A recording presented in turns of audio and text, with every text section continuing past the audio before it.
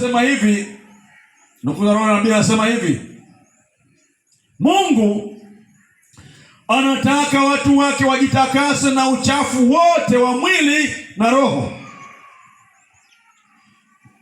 wakikamilisha utakatifu katika kumcha Bwana.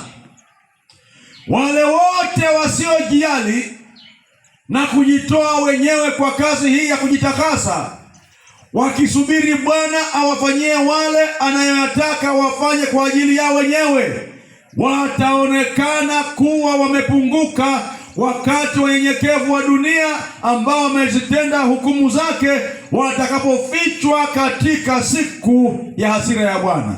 Nabii anasema, nilionyeshwa kwamba ikiwa watu wa Mungu hawafanyi juhudi kwa upande wao, bali wanasubiri kuburudishwa, kuwajie na kuwaondolea madhaifu yao na kurekebisha makosa yao, ikiwa wanategemea hilo kuwatakasa na uchafu wa mwili na roho, na kuwafaa washiriki katika kilio kikuu cha malaika watatu, wataonekana kuwa wamepungua.